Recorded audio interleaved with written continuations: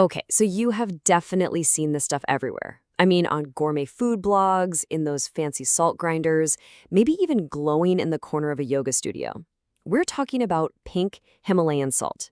It's beautiful, it's trendy, but is it actually any better for you than just plain old table salt? The whole story starts like millions of years ago.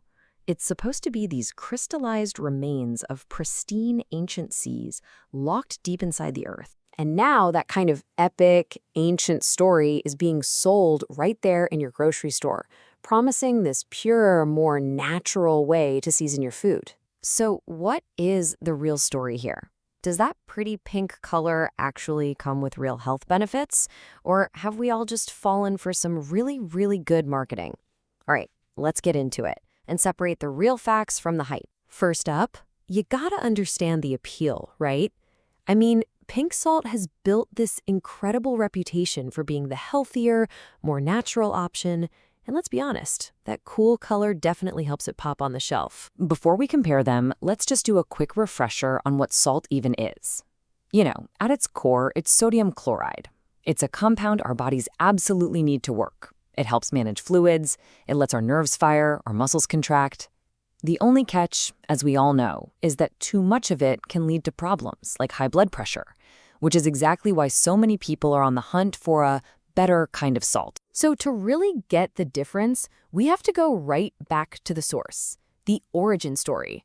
And the journey each salt takes to end up in your shaker is a huge piece of this puzzle. So like we said, pink salt is hand-mined from one specific place, the Khaira salt mine in Pakistan.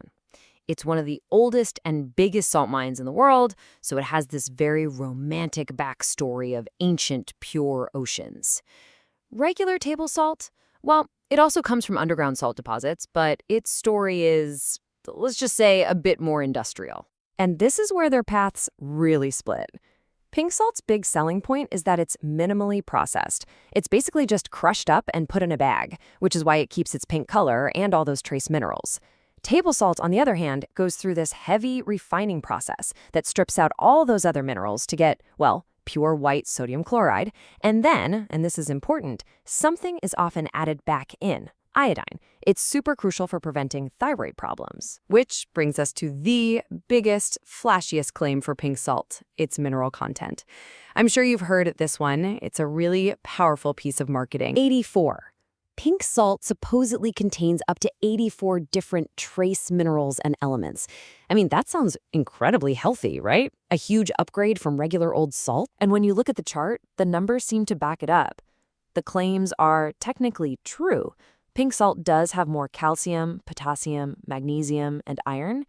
It even has a tiny bit less sodium per gram, which sounds like another win. But, and this is a really big but, this is where we need some serious context.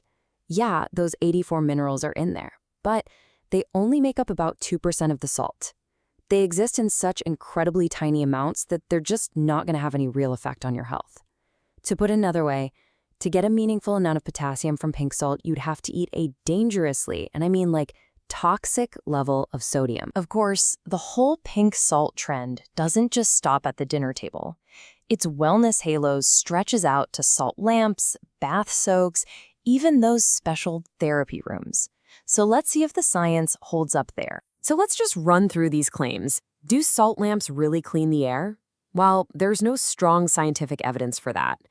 Can a pink salt bath really detox you? Not really. Your liver and kidneys are your body's amazing built-in detox system.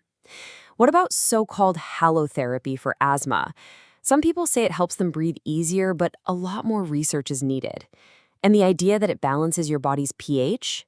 That's just misleading. Your body already keeps its pH in a super tight, controlled range all by itself. Okay, so we've looked at the source, the science, and all the other uses. So what's the bottom line?